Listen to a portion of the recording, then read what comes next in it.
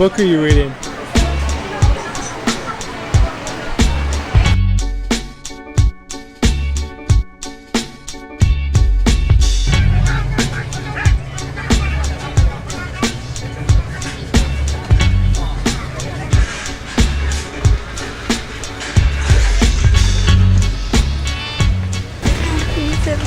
Back to Dumageddon. This time cruising business class. Are you sad to be leaving Siquijor? Actually, yeah. It would be nice to stay another day. What was your favorite thing that we did? I like swimming in the Coolzey Falls. And yeah, I like that. And I also like D-Story because the sunset was really nice there and the food was amazing. Probably the best food I've had since I've been And in Philippines. Yeah.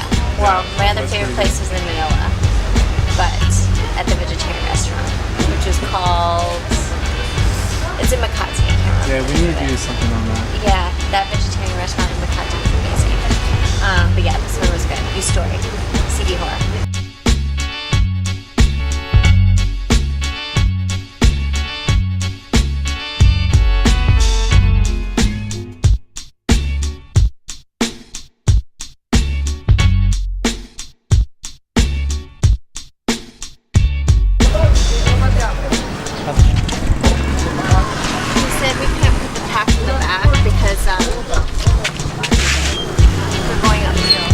Oh, really? It's gonna fall out? Yeah. So we're in the port of Dumageddon and now we're headed up to Valencia where our Airbnb is. It's a little outside the city center of Dumageddon. It's about 30 minutes. It's a little quieter area. It's inland more. It's not near the water, but it's a little quieter up there and that's where our Airbnb is.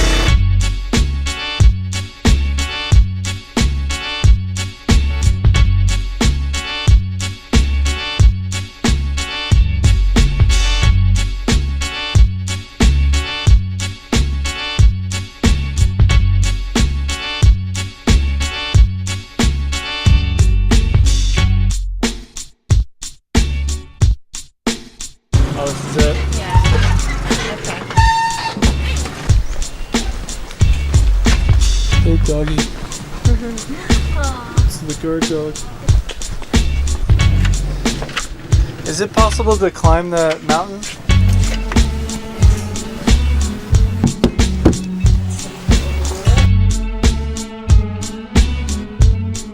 We just got to our Airbnb and it's really nice. It's in Valencia for about $40. It's a really big area.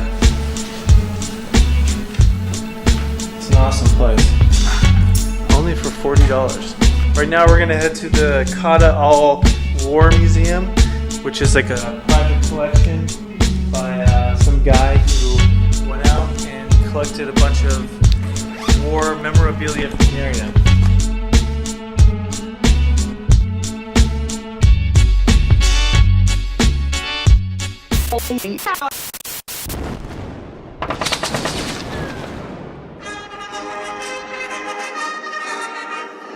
As many people know, the Philippines were a major battleground during World War II. Occupied by the Japanese, the area surrounding Dumageddon served as the focal point for the U.S. invasion of southern Negros at the end of the war. American and Filipino militia forces pushed the Japanese deep into the mountains where intense fighting continued.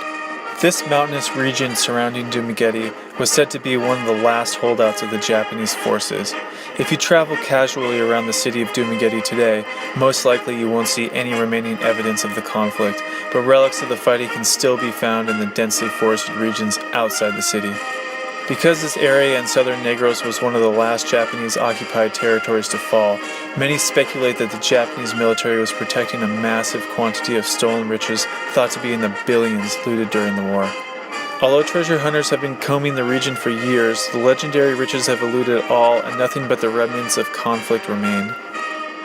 The Cata-al War Museum, located in the private home of Felix Cata-al, is an extraordinary private collection containing artifacts from the war, many of which he personally discovered in the surrounding area, along with other donated items relating to humanity's second attempt at committing suicide. My father now is 54. He's been collecting this stuff ever since he was 5 years old. And these are Japanese jumping grenades. If you step on it, it will jump 6 feet and then it explodes. This is the primary weapon of the Japanese infantry. It has a 5-round clip, so it's also in the magazine. Just drop it down. It's really heavy. World War II Japanese gun found in Valencia with a bayonet. That's really sharp. It still shoots too. They throw the children up in the air and then catch it with a bayonet. Oh, it's horrible.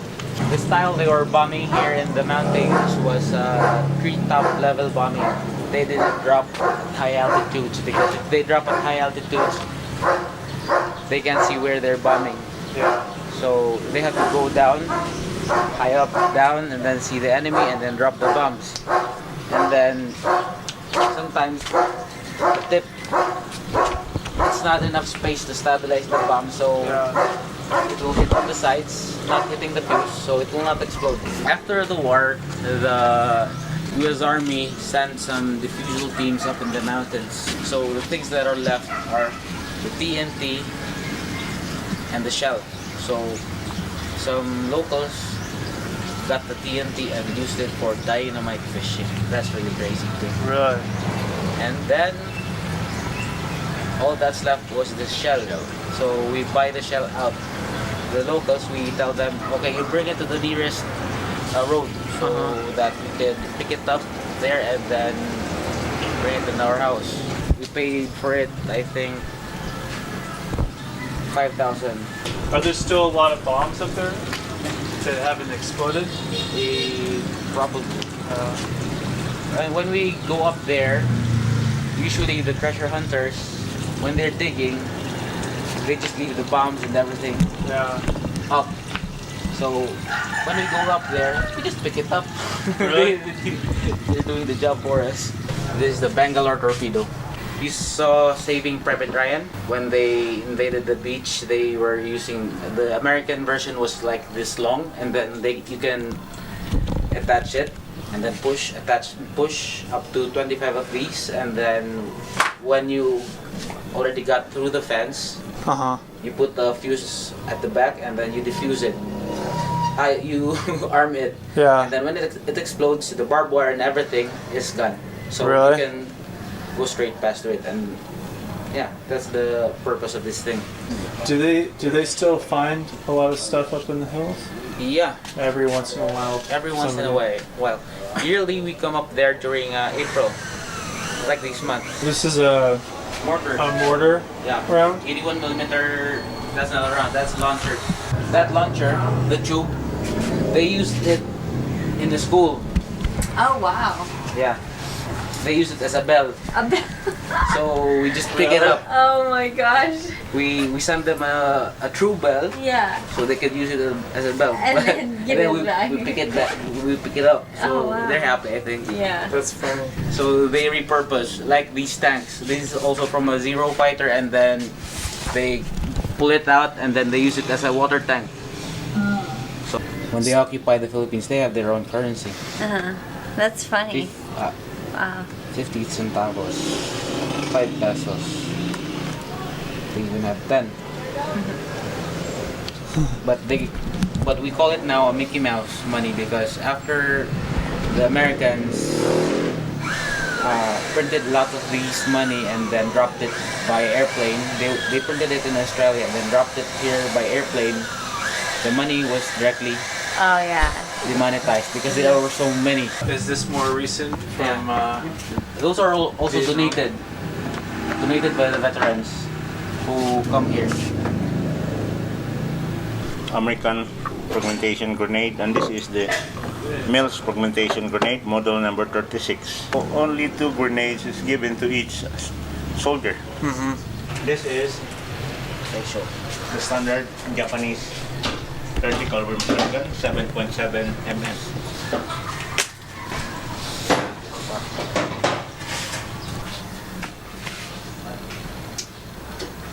The airmen were issued with these jackets because in their experience, when they make them up in handbags, when they get surprised, they leave their handbags and run away. But the jacket on your back, you'll never leave this. Yeah. The soldiers were riding on a slow boat going to China, but they had lots of time to study. Yeah. Somebody gave this to my father, and my father kept it. That's 81 millimeter mortar. April 22, 1943. My uncle was the only boy in the family, and I am also the youngest and the only boy in the family with my mother. That is my mother's brother. So I was not allowed by my mother to join anything with a gun. So these are my toys, Yeah. and I am still playing. Yeah. Well, it's quite amazing what you have here.